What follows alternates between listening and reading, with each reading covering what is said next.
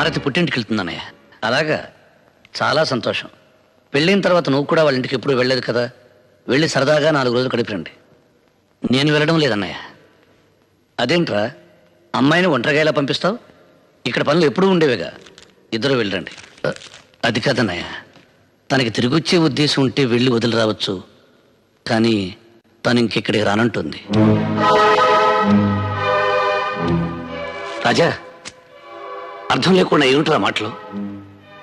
పెళ్ళి 4 నెలలు కూడా కాలేదు, భార్యను పుట్టింటికి పంపించేస్తావా? ఈ ఊరందరికీ మంచి చెడు చెప్పే కుటుంబం రామంది. ఈ విషయం 10 మందికి తెలిస్తే ఏమనుకుంటారో ఆలోచించావా? మీకు మాటా వస్తే 4 గోళ్ల మధ్య మీలో మీరు సర్దుకుపోవాలి, కానీ అది మా దాకా రాకూడదు. ఒక్క విషయం గుర్తుపెట్టుకోరా,